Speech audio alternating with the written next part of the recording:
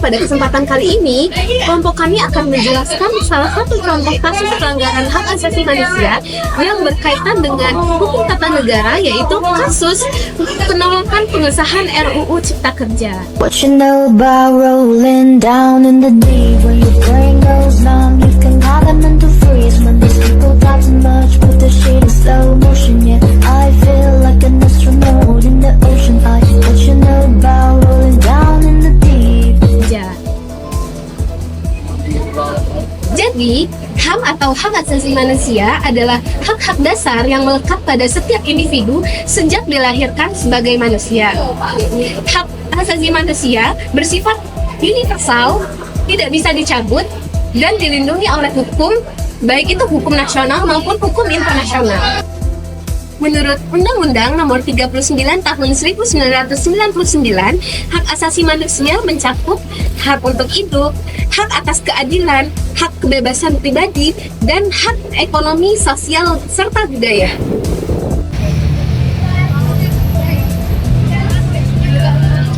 Hukum tata negara merupakan cabang hukum yang mengatur struktur, wewenang, dan hubungan antara lembaga negara, serta hak dan kewajiban setiap warga negara. Hukum tata negara sangat berkaitan erat dengan konstitusi, sebagaimana konstitusi merupakan hukum tertinggi yang menjadi dasar dalam pembentukan lembaga-lembaga negara, serta perlindungan hak setiap warga negara. Yang ketiga adalah keterkaitan hak asasi manusia dalam hukum tata negara. Hak asasi manusia dan hukum tata negara ini mempunyai keterkaitan yang cukup erat, dikarenakan yang pertama, konstitusi itu sebagai jaminan hak asasi manusia. Dalam hukum tata negara, konstitusi sebuah negara adalah landasan utama dalam menjaga dan melindungi hak asasi manusia setiap warganya.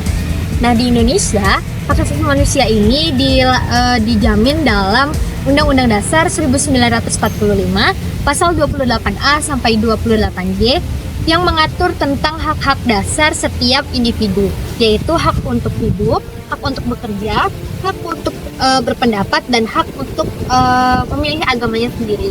Yang kedua adalah peran negara dalam menjaga hak asasi manusia. Negara memiliki kewajiban konstitusional untuk melindungi, menghormati, dan memenuhi hak asasi setiap warganya. Hukum tata negara juga mengatur kewenangan lembaga negara dalam memastikan hak asasi manusia ini tidak dilanggar. Misalnya lembaga negara seperti Mahkamah Konstitusi dan Komisi Nasional Hak Asasi Manusia.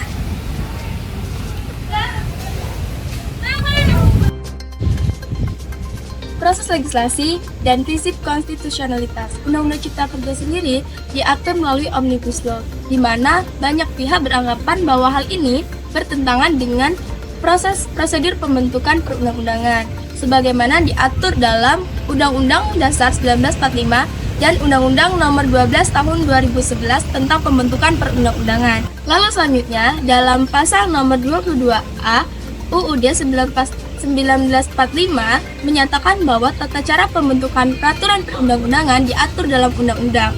Nah, dalam hal ini Undang-Undang Cipta Kerja dianggap bahwa yang pertama, partisipasi publik tidak memadai. Kemudian yang kedua, pembahasannya dilakukan secara tergesa-gesa dan tidak transparansi. Kemudian yang ketiga, substansi hukum banyak dilakukan perubahan dengan sosialisasinya tidak memadai.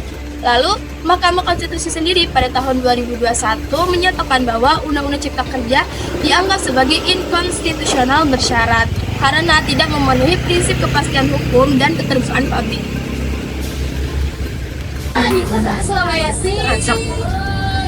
Pembatasan hak asasi manusia dalam hukum tata negara.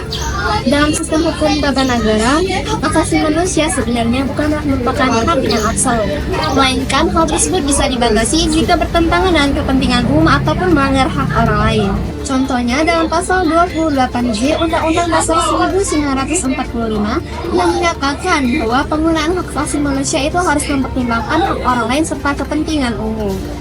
Dalam kasus pelanggaran hak asasi manusia dalam hukum tata negara, pelanggaran hak asasi manusia itu seringkali terjadi akibat penyalahgunaan kekuasaan oleh negara loh.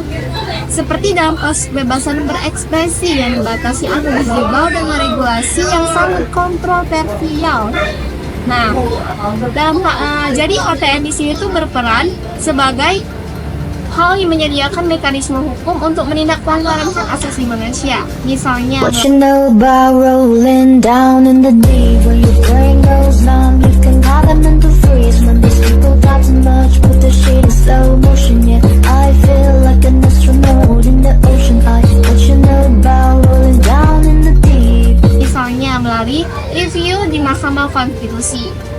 Dari penjelasan aku di atas itu kita dapat menarik kesimpulan bahwa hak asasi manusia dan hukum tata negara itu saling berkaitan. Karena hukum tata negara di sini tuh mengatur bagaimana negara itu menjamin dan membatasi hak asasi manusia dalam kerangka hukum yang adil.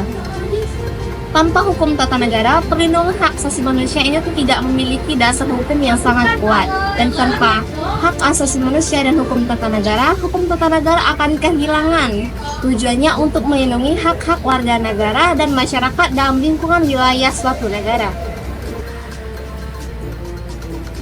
Setelah memahami apa itu hak asasi manusia dan hukum tata negara, sekarang kita akan membahas studi kasus mengenai hak asasi manusia yang berkaitan dengan hukum tata negara, yaitu studi kasus mengenai penolakan pengesahan UU Cipta Kerja. Keterkaitan kasus penolakan pengesahan UU Cipta Kerja dengan hukum tata negara dapat dilihat dari beberapa aspek, salah satunya dalam hal proses legislasi, prinsip demokrasi, dan perlindungan hak asasi manusia dalam konstitusi. Berikut adalah analisis. Pelanggaran prinsip demokrasi dan kedaulatan rakyat. Hukum tata negara menekankan bahwa sistem demokrasi di negara ini adalah sistem demokrasi konstitusional. Artinya, setiap kebijakan-kebijakan yang dijalankan di negara ini harus berdasarkan prinsip-prinsip dari konstitusi. Dalam kasus Undang-Undang Hak Cipta Kerja, banyak dari elemen masyarakat seperti buruh, mahasiswa, akademisi, dan juga organisasi sipil menolak adanya pengesahan dari Undang-Undang Hak Cipta Kerja ini. Namun, dari pihak pemerintah tetap melanjutkan pengesahan undang-undang ini tanpa mendengarkan aspirasi dari masyarakat secara spesifik. Hal ini menimbulkan pertanyaan seperti, apakah kebijakan ini adalah suatu cerminan dari kedaulatan rakyat? Podcast ini juga terdapat kuat dugaan terhadap pelanggaran yang terjadi. Yang pertama, pada saat pengesahan Undang-Undang Cipta Kerja sendiri, banyak masyarakat yang merasa bahwa mereka kurang diberikan ruang untuk dapat mengapresiasikan pendapat mereka dalam hal legislasi.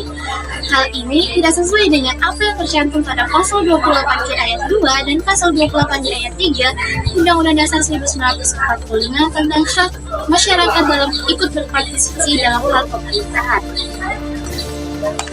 Dalam pasal 27 ayat 2 Undang-Undang Dasar 1945 menjelaskan bahwa warga negara berhak mendapatkan pekerjaan yang layak. Namun di dalam Undang-Undang Cipta Kerja sendiri justru terdapat nilai-nilai yang malah merugikan pekerja, di mana di dalam ketentuan-ketentuan yang tercantum dalam Undang-Undang Cipta Kerja sendiri justru mengurangi jaminan keselamatan tenaga kerja dengan mempermudah sistem kontrak kerjanya, mengurangi pesangon, dan juga melemahkan hak-hak buruh. Dalam hal ini, berarti telah dicederai apa yang telah tercantum dalam Undang-Undang Dasar 1945, tepatnya pada pasal 27 ayat 2. Penolakan Undang-Undang Cipta Kerja sendiri juga karena terdapat isu terkait hak untuk mendapatkan lingkungan yang baik dan sehat yang sesuai dengan apa yang tercantum pada pasal 28H ayat 1 Undang-Undang Dasar 1945 ini tidak dilaksanakan, di mana dalam Undang-Undang Cipta Kerja sendiri justru sebaliknya melonggarkan lingkungan yang dapat berdampak pada eksploitasi sumber daya alam. Dalam hukum tata negara, Mahkamah Konstitusi memiliki kewenangan untuk melakukan judicial review terhadap undang-undang yang bertentangan dengan Undang-Undang Dasar 1945. Pada November 2021, Mahkamah Konstitusi menyatakan bahwa Undang-Undang Cipta Kerja ini konstitusional bersyarat karena prosedur pembentukannya tidak sesuai dengan Undang-Undang Dasar 1945. Mahkamah Konstitusi memberikan waktu 2 tahun bagi pemerintah dan DPR untuk memperbaikinya. Namun, pemerintah justru mengesahkan kembali undang-undang ini pada Maret 2023 yang memicu kontroversi lebih lanjut karena dianggap tidak memperbaiki aspek substansial yang dipersoalkan. kasus penolakan pengesahan UU Cipta Kerja berkaitan erat dengan hukum tata negara karena melibatkan yang pertama yaitu proses legislasi yang dipersonalitaskan dari segi konstitusionalitas, yang kedua yaitu prinsip demokrasi dan keterwakilan rakyat yang diduga melanggar, yang ketiga yaitu pelanggaran hak asasi manusia, yang keempat yaitu peran MK dalam menjaga supremasi konstitusi.